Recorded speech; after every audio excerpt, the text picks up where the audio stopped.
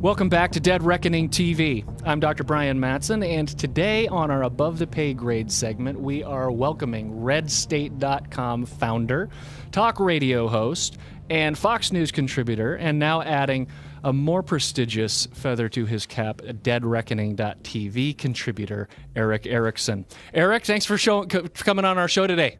I'm glad to be here. Erick, I really feel unworthy to speak to somebody who. Yeah, I mean, you get to capture in background how just messy my office is. You should be really honored here. I am so honored to talk to somebody who has actually sat behind the golden EIB microphone and hosted for Rush Limbaugh. We are so not worthy.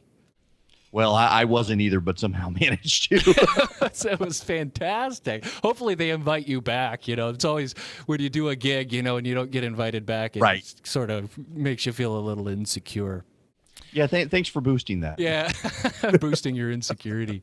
Erick, I wanted to have you on the show, and you are really a political analyst for a living. Is that right? I mean, is that how you kind of do yourself? I guess you could say that, yes. And you do this on talk radio every day in Atlanta, is that right? Yeah, 5 to 7 every day. 5 to 7 drive time radio show. That's cool. Yeah. I want to talk about people that may not be familiar with you or your writing on Red State may not know this. You're a devout Christian believer and very passionate about politics. And, you know, we like to talk about things people don't talk about on this show. So religion and politics, right? Oh, absolutely. Yeah. I wanted to talk about religion and politics. And particularly, it seems to me, I don't know if you've noticed this or not, but in sort of a post-Christian culture where people don't have a real savior, they like to make up their own. And for many people, that is politics. Yes. Politics. Oh, we have a cult of personality politics these days. They've replaced Jesus for their politician du jour. Yeah, exactly. And this is not just true on the left, although it seems, I mean, definitely true on the left. It's also true on the right in many ways. If my Facebook and Twitter feeds are a reliable indicator, there are people who just simply seem to worship the politics of the day, the issues of the day. How do you, as a Christian and a political analyst, keep your priorities straight? How do you struggle with this? Is this an issue that you have to think about? Yeah, you know, sometimes it does. Sometimes you get involved in the fracas and the fray and go probably lower than you need to. But ultimately, you know, it's a good reminder that I am a firm believer that there is a last day, and it's not which political team you're on. It's whether you're with Jesus or not, on whether or not you're on the winning team. So it's a good way to ground yourself. Yes, yeah, I just last week tweeted a couple of snarky tweets. And which I'm prone to do. No, see, I'm growing because I actually typed them out and then backspaced them out of existence. Yeah, see, I would be bad for your growth in faith. I notice. Yeah, you don't backspace very much, do you, on your No. Twitter feed? Let me ask you this: you've been the subject of incredible vitriol and hatred. I see this on your Twitter feed because you make it a practice of retweeting all of the ugly things that people tweet to you. Why in the world do you do this? You know, I get this a lot, and some people think I do it because Breitbart did it. Andrew Breitbart used to do this. I think maybe did it as long as or before Andrew did, and I think it's healthy for people to see the attacks. Oftentimes people don't understand what you're writing about or how you're responding to something. I think it's very helpful for other people to realize that, you know, there are a lot of the army of Mordor is on Twitter, and they're all in my Twitter feed. Is that where your 110,000 Twitter followers come from? Yeah, I think so. Probably 99,000 of them come from Mordor. They're orcs. Yes. Okay. And you retweet all of it. See, I think, well, since we're on the Tolkien theme, what is it in The Two Towers, the movie? You know, Pippin says to Merry, they've gotten picked up by Treebeard, and, you know, Merry's talking to it, and Pippin says, "Don't encourage it." Oh, you do that very well. I did live in Scotland for 3 years. I can do that. You don't encourage it. You see, these people want attention. They want to be retweeted by Erick Erickson. So it seems to me that the attacks get more and more vile to increase the probability of Erick Erickson retweeting them. I mean, isn't that what's going on here? Is it sort of self-fulfilling? No, I don't think so. Given just the long tenure I've had now on Twitter, the attacks were there before I even started retweeting them, and to some degree, I try more and more to only retweet the ones who have an identity behind themselves. To discourage them, you're always going to get the anonymous attackers, but start retweeting the people who have names and occupations, and it discourages them. Okay, well, I've started, I don't have nearly the following that you do. But, I've started getting people who are, tweeting ugly things to me. And I always click on the profile and they have 10 followers. I'm again the armies of Mordor. There are a lot of actual Hell's Angels on Twitter. I'm convinced you get a direct portal into hell sometimes. I am having to be more and more cautious because there are more and more kids who follow me. I've got a fan letter right in front of me from an 11-year-old who listens to me on the radio who started following me on Twitter yesterday, and so I have to be much more mindful. There are kids paying attention. Yeah, because some of that stuff, some of those tweets are just just absolutely beyond belief. How do you keep a thick skin? I know that it's easy to say, just have a thick skin, but we're human beings, and we're emotional creatures. This is how God made us, and to just be subjected to that kind of thing. How do you keep grounded and keep it all in perspective and have a thick skin? The smartest decision Christy and I ever made, my wife, we live in Macon, Georgia. We're not going to live in Atlanta. And your address is... No, I'm just kidding. Yeah, but you can find it online on some of the liberal sites. Trust me, you should see the mail I get. Another reason you won't discourage the Twitter retweets or embolden them. They're already sending mail to the house. But we don't live in the cocktail party circuit. We're not somewhere where we're going to crave being liked or have a desire to be liked. And I think that's probably it. Some of the best advice I ever got from anyone was actually from Rush Limbaugh, who said, don't go out of your way in what you do to try to be liked. Just try to be who you are. And I think that's very good advice. And the people I think who struggle the most with these sorts of things are the people who are very concerned about being liked. I think if I'm liked by the world, I'm probably not going to be liked where it matters. Wow. Yeah, that's a good perspective. I like to be liked. But, I guess we all have our callings, and, Jesus, we were just talking about this. My producer, Jay, and I were just talking about how our culture it seems like the fools are, running, the inmates are running the asylum. They are. And it's so hard. We were lamenting that there are so many talented people, truth speakers, artists, people who are really doing great work who just get drowned out, can't ever get a break. And I was telling him, well, it's just like, we're Elijah hiding in a cave. Lord, I'm the only one. The prophets of Baal are sort of running, or as you say, the armies of Mordor. How do you not get discouraged? Or maybe you do get discouraged. Tell me about it. I do sometimes. I don't know that discouraged is so much the right word as worn out.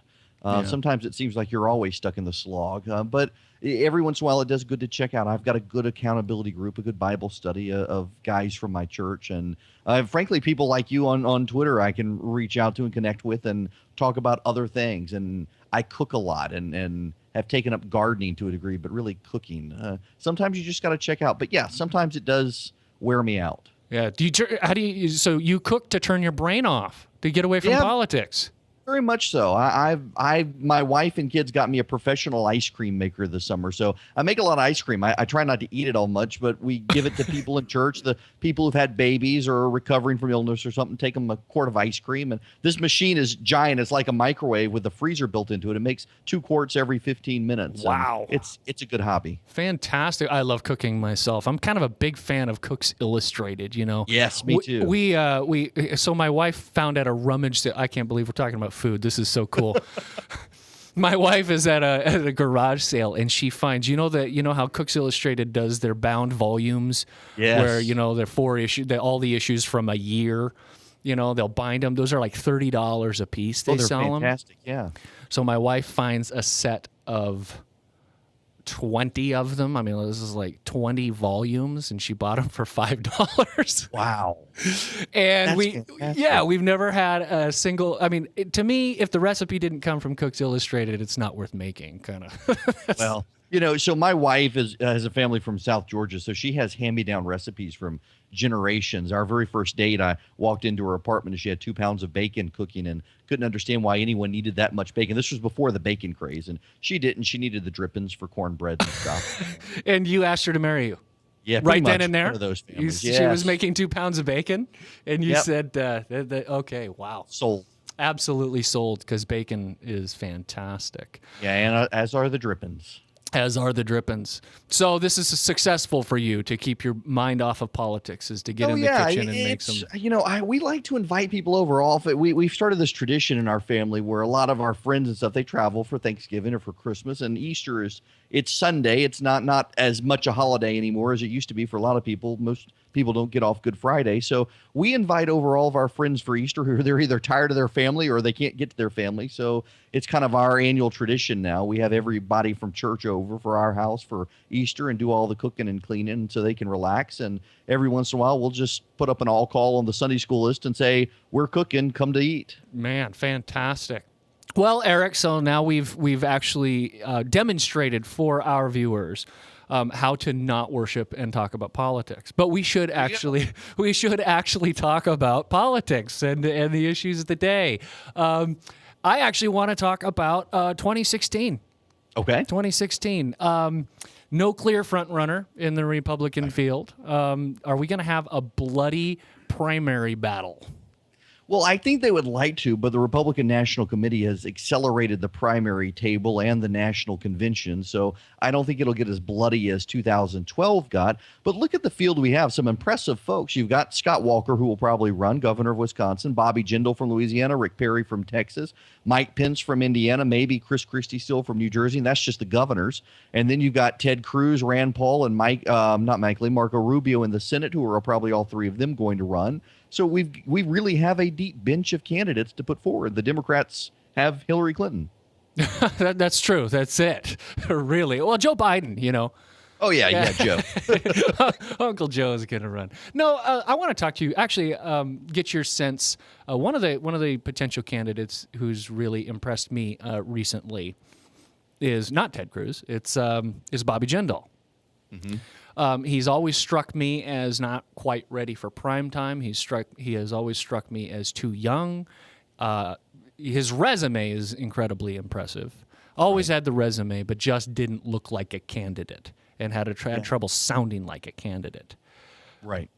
He sure has grown up in the last few years.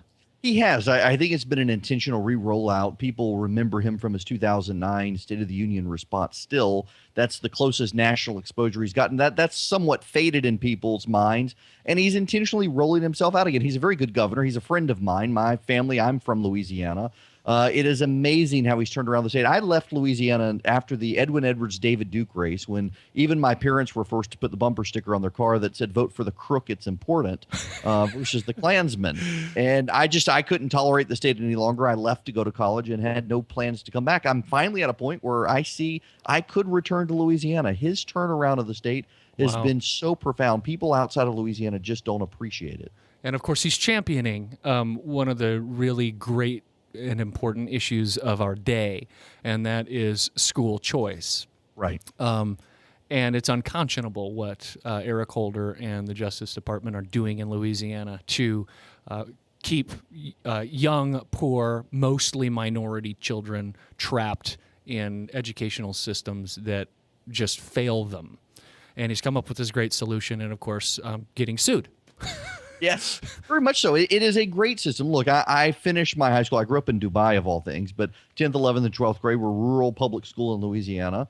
I was vastly more accelerated than any of the kids in my class, and spent a lot of time working in the office instead of actually going to class. And what he's done in Louisiana, particularly after the devastation of Katrina, which gave them an incentive to rebuild their public school system, it's tremendous. And this really is becoming the civil rights issue of the day. In Georgia, where I am, you had the NAACP and black ministers united against charter schools, claiming it would take money out of the public schools. And it was the black mothers who went to the polls and voted for charter school reform with the Republicans. That's absolutely amazing. So we're getting cross party lines on this issue, and I think it's going to become an even more compelling issue. And it'd be great to have a president who made it a central part of a platform is school choice reform.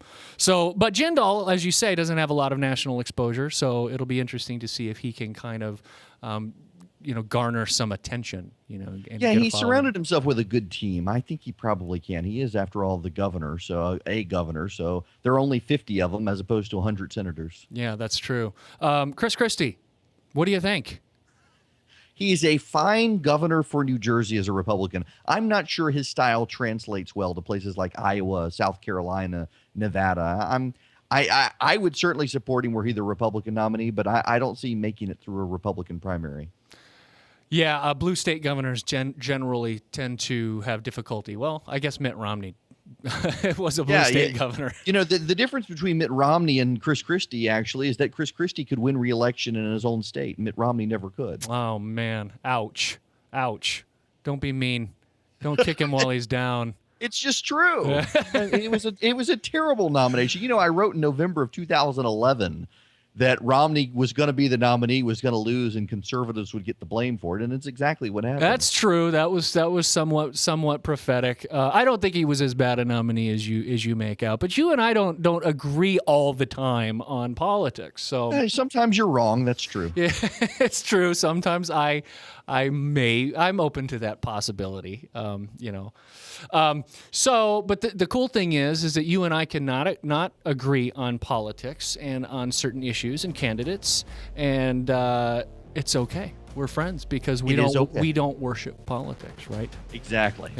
So, brothers in arms. Erick Erickson, been fantastic having you on Dead Reckoning TV. Thanks so much for joining us today. I have enjoyed it tremendously. Thanks very much. All right, thank you. Sometime come cook with me. I would love to. Next time I'm in the area, I will let you know. Come on down. All right, thanks.